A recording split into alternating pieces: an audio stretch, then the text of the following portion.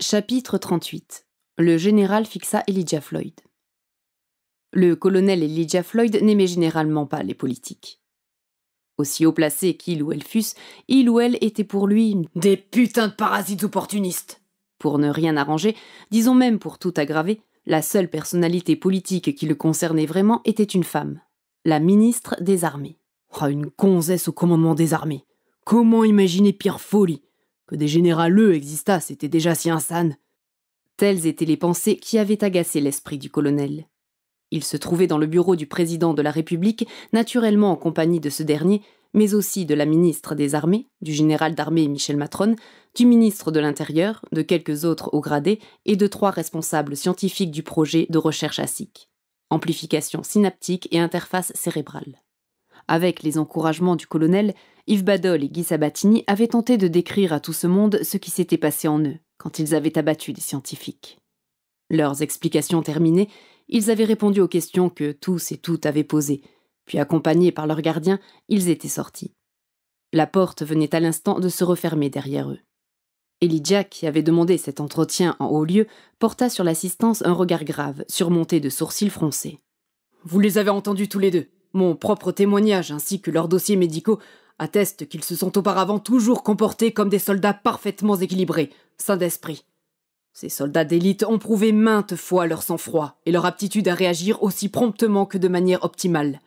Ils ont subi un entraînement réservé aux meilleurs combattants, que seuls les plus résistants, autant physiquement que psychologiquement, arrivent à suivre jusqu'au bout sans craquer. » Il se tut un moment pour donner de l'importance à cette introduction, puis reprit. « En quelques jours, au même endroit, 2 de ces hommes tuent ce qu'ils devaient protéger et 2 personnes s'ouvrent la gorge. Qui parmi vous pense que cela peut se produire sans autres explications que tout le monde peut perdre l'esprit un jour ou l'autre? Notons qu'Anna Pyrrhus, abattue par Yves Badol, était l'un des éléments scientifiques les plus importants de l'ASIC, d'après ce que l'on m'a dit d'elle. Ce projet se trouvant notablement affaibli par sa disparition. Ajoutons ce que je vous ai confié avant d'interroger mes 2 soldats au sujet du masquage de caméras par des chaussettes. » Le colonel avait omis de stipuler qu'il s'agissait des siennes, car ce n'était pas vraiment indispensable de le préciser. « Vous semblez parvenir à la conclusion que tout cela ne peut que venir de l'ennemi, » dit la ministre des Armées. « Avez-vous une autre hypothèse, madame ? » ?»« J'avoue que non. Je me suis mal exprimé. J'aurais dû dire que tous les éléments que vous nous avez donnés nous poussent à cette conclusion. Mais possédez-vous tous les éléments de cette affaire? N'existe-t-il pas hors de votre connaissance des informations qui pourraient nous faire penser différemment ?» Le colonel passa ses pouces dans sa ceinture, bomba le torse et accentua le froncement de ses sourcils dans la direction de la ministre. « C'est-à-dire, madame ? Voilà bien une singulière question. Comment pourrais-je vous entretenir de ce qui est hors de ma connaissance, puisque ce serait justement hors de ma connaissance? Vous ne m'eussiez pas plus surpris en me demandant ce que je pourrais vous chanter si j'étais muet. » Le général Matrone avait souvent entendu s'exprimer le tempérament aussi impulsif qu'authentique d'Elijah Floyd, un caractère qui avait été plus d'une fois un obstacle à l'avancement de ce dernier.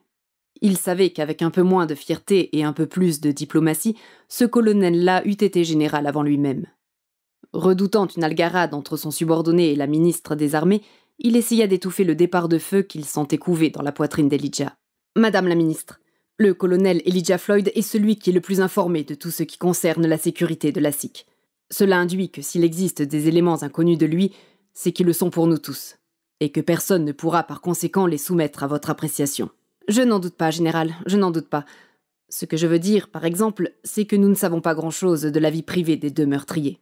N'est-ce pas, colonel ? Redoutant à juste titre que vous m'interrompissiez, je ménageais une petite pause avant d'aborder ce sujet par le menu, madame. » Le général fixa Elijah Floyd comme on dévisage un enfant querelleur. Le second montra au premier une expression presque repentie et penaude. Hésitante, la ministre consulta les 2 hommes et l'assistance du regard pour savoir comment réagir à cette offense. Tous firent mine de ne rien avoir remarqué de l'incident. Pensant qu'elle aurait sans doute plus à perdre de relever que de feindre d'ignorer, la ministre resta de marbre. Le colonel se remit à parler. « Qu'en est-il de la vie privée de mes 2 soldats ? Étaient-ils facilement approchables à l'extérieur de l'ère militaire ? Ont-ils pu être manipulés ou manœuvrés, je ne sais quel mot employer, de l'extérieur ? Quelqu'un a-t-il pu les droguer à leur insu, par exemple ? » « C'est un bon exemple, » intervint le chef de l'État. « Est-ce possible ? » « Non, monsieur le président. Non, c'est tout à fait improbable. Car, voyez-vous, Comme peut le confirmer le général, aucun des deux n'a quitté l'enceinte militaire depuis 6 mois. Ces 2 hommes habitent jour et nuit avec leurs familles respectives dans les locaux de la SIC. Le général opina du chef pour les brefs regards qui se tournèrent vers lui. Plus pour l'assistance que pour lui-même, car il avait déjà parlé en tête-à-tête avec Elijah Floyd, il demanda « Quelles sont donc les hypothèses que vous retenez, colonel ? Et quelles sont vos conclusions ?» Je n'ai conçu qu'une seule hypothèse. On a trouvé un moyen d'agir contre nous à distance. Un pouvoir de prendre les commandes du cerveau et du corps.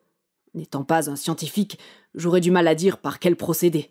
Ceci expliquerait le pétage de plomb de mes 2 hommes et les suicides. J'avoue qu'en revanche, ça n'explique rien au sujet du masquage des caméras. Juste proposer l'idée que l'un d'entre nous eût peut-être agi sans en avoir conscience, sous ce contrôle à distance, mais aucune empreinte digitale, aucune trace textile ou autre pour accréditer cette supposition. Ce qui m'inquiète le plus dans cette affaire de chaussettes, c'est que le mobile nous échappe. Qu'est-ce que cette manœuvre a voulu dissimuler à notre regard ? Mystère. Nous n'avons pu noter aucun changement, aussi insignifiant fut-il, dans la pièce. Prima 16 va parfaitement bien. Les scientifiques n'ont rien apporté de particulier la concernant, tant du point de vue physiologique qu'au sujet de son activité cérébrale. En apparence, j'ai bien dit en apparence, rien n'a donc été perceptiblement modifié durant le masquage des caméras. Il est pertinent de conjecturer que le stratagème a échoué grâce à la présence des 2 gardes. Mais dans ce cas, il est tout aussi congru de se demander comment on a pu enfiler ces chaussettes sur les objectifs, sans se faire voir d'eux.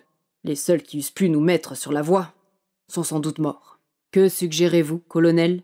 demanda le président. « J'ai tout d'abord pensé à faire fouiller toutes les habitations et tous les bâtiments divers et variés qui entourent la SIC. C'est un travail énorme, » s'exclama le général.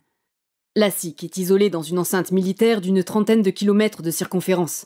Imaginez-vous tout ce qu'il faudrait inspecter. Je ne vous le fais pas dire, mon général. Ceci nécessiterait un dispositif considérable qui, en plus de son coût exorbitant, présenterait l'inconvénient d'être trop peu discret.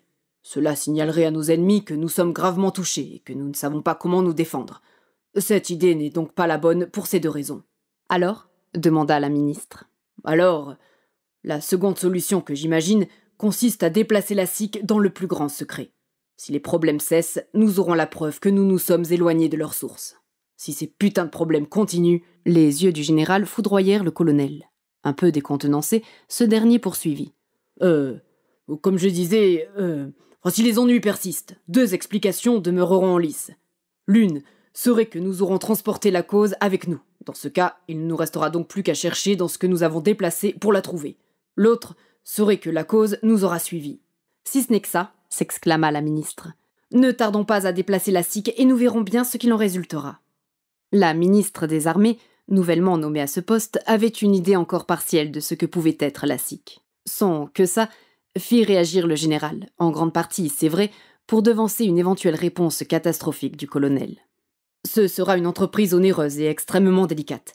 Cependant, Monsieur le Président, Monsieur le Premier ministre et Madame la ministre des Armées, je vous le dis avec la plus grande conviction.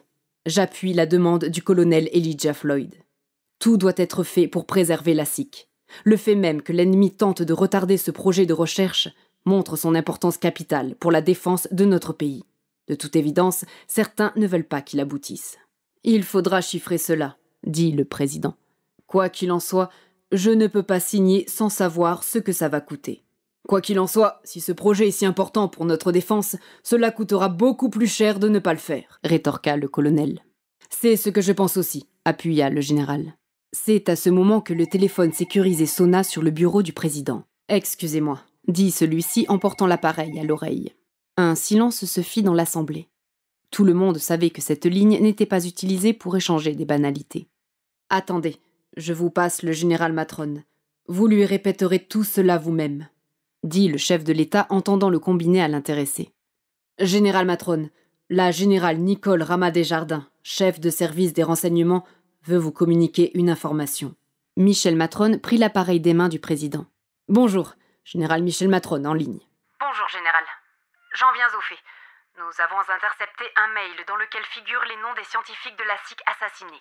Le sujet de ce mail contient le mot « meurtre ». Le plus intéressant étant que ce message a été envoyé avant que les décès n'aient été officiellement annoncés. Bien sûr, nous avons identifié l'auteur, qui d'ailleurs se l'était adressé à lui-même. Je vous remercie, général.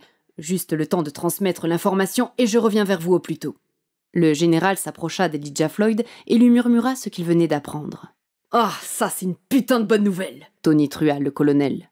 Ce qui eut, entre autres effets, ceux de faire serrer les dents à Michel Matrone, d'afficher de la surprise sur le visage du président et de la réprobation outrée sur celui de la ministre des Armées.